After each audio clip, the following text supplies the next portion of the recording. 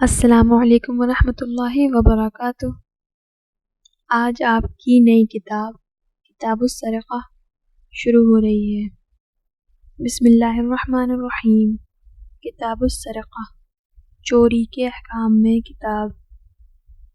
اب ہم عبارت سے سرقہ کے بارے میں لغوی اور شرعی معنی جانیں گے۔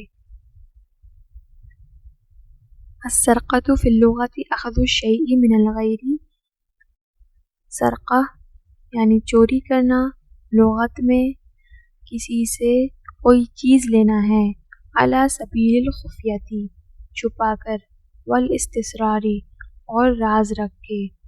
السرقة فی اللغت اخذ الشیء من الغیر علی سبیل الخفیہ والاستسرار، چوری کرنا، اس کے لغوی معنی کسی دوسرے سے کوئی چیز لینا ہے چھپا کر اور اس سے راز رکھ کے۔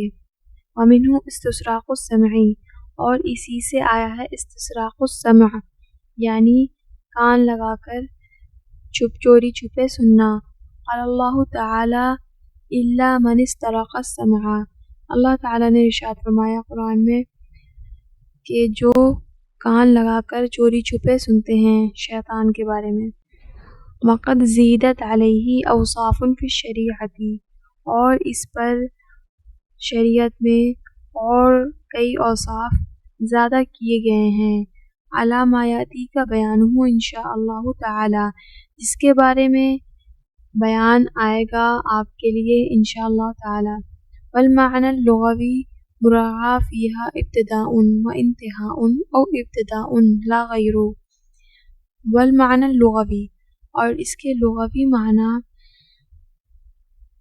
ابتدا اور انتہا کی رعایت کرتے ہیں۔ والمعنی اللغوی، اور اس کے لغوی معنی مراعی فیہا ابتداء و انتہاء، ابتدا اور انتہا دونوں میں معتبر ہیں، رعایت کی جاتی ہے، دونوں میں معتبر ہیں، ابتدا اور انتہا میں۔ او ابتداء لا غیر، یا صرف ابتدا میں، اس کے علاوہ نہیں۔ کما اذا نقب الجدار علی الاستسرار واخذ المال من المالک مکابرۃ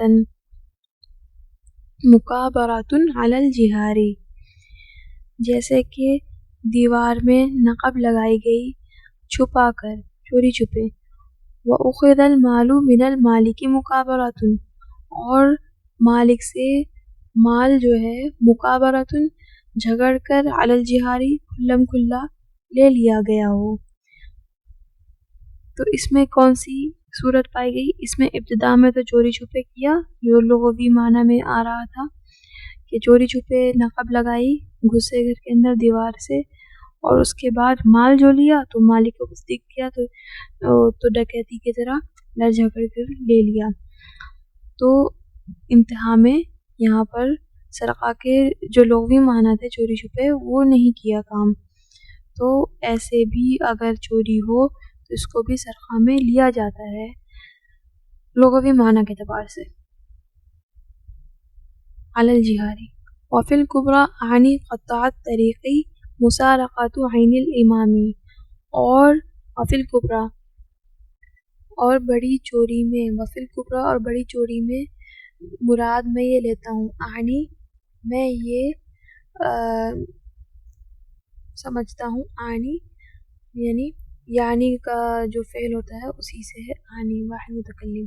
اعنی میں مراد لیتا ہوں قطع الطریق، راستہ کاٹنا، مسارقۃ عین الامام، یہ امام کی آنکھ سے چوری کرنا ہے، لأنہ هو المتصدی، اس لیے کہ هو المتصدی لحفظ الطریق، اس لیے کہ وہ راستے کی حفاظت کرنے میں ذمہ دار ہے، بِأَعْوَانِهِ اپنے مددگاروں کے ذریعے سے، یعنی اپنی فوج کے ذریعے سے۔ امام اپنی فوج کے ذریعے سے اپنے راستوں کی حفاظت کرنے کا ذمہ دار ہے۔ وفی الصغریٰ مسارقۃ عین المالک، اور چھوٹی چوری جو ہے وہ مالک کی آنکھ سے چوری چھپے کرنا ہے، ومن یقوم مقامہ، اور اس کے قائم مقام کام کرنا ہے۔ تو اس کی تشریح واضح ہے عبارت سے کہ سرقہ جو ہے اس کے لغوی معنی کسی سے کوئی چیز لینا ہے چھپا کر چوری چھپے، اور اس کا ایک معنی یہ بھی آتا ہے کان لگا کر چوری چھپے سننا، جیسے کہ قرآن میں آیا ہے، اور اس کے کوئی اور اوصاف بھی ہیں شریعت میں جس کا بیان انشاءاللہ آگے آئے گا۔ اور لغوی معنی میں کئی بار اس کا ابتدا اور انتہا دونوں لیا جاتا ہے، اور کبھی صرف ابتدا ہی لی جاتی ہے سرقہ میں۔ تو جو ڈکیتی جس کو کہا جاتا ہے اس کو بھی کئی بار لیا جاتا ہے چوری میں، کچھ حضرات لیتے ہیں، اور اس کو بڑی چوری بھی کہا جاتا ہے صاحب ہدایہ کے اعتبار سے۔ سرقہ کبریٰ جو ہے وہ بڑی چوری ہے، وہ اس طرح ہے جیسے امام، کسی جگہ کا امام یا خلیفہ ہوتا ہے، وہ راستوں کی حفاظت کا ذمہ دار ہوتا ہے، فوج کے ذریعے حفاظت کرواتا ہے راستوں کی۔ تو اس وقت ایسے حالات میں کوئی اگر راستے کاٹتے ہیں ڈاکو اور لوگوں سے چوری کرتے ہیں، مال چوری کرتے ہیں ان کا کھلم کھلا، نہ اس میں ابتدا میں چھپایا نہ انتہا میں چھپایا، لیکن یہ سرقہ کبریٰ ہے، کیونکہ یہ امام سے تو چھپ کر، امام جو ذمہ دار ہے سڑکوں کا، راستوں کی حفاظت کرنے کا، تو اس سے چھپا کر جو چوری کی، کسی کا مال لیا، تو یہ سرقہ کبریٰ ہے۔ اس میں بھی مسارقہ، استرار اور استصرار اور خفیہ پایا جا رہا ہے، یعنی چھپا کر کیا جا رہا ہے کام یہ بھی۔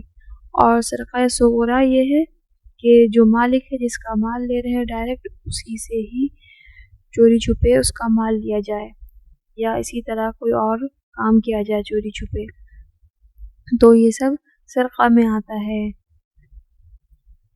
اب اس کے آگے اگلی عبارت کا ترجمہ سمجھیں گے اگلے سبق میں، اگلی ویڈیو میں، اور کیونکہ یہ عبارت کافی بڑی ہے تو اس لیے صرف ترجمہ سمجھیں گے، اس کے نیکسٹ پارٹ میں پھر اس کی تشریح سمجھیں گے۔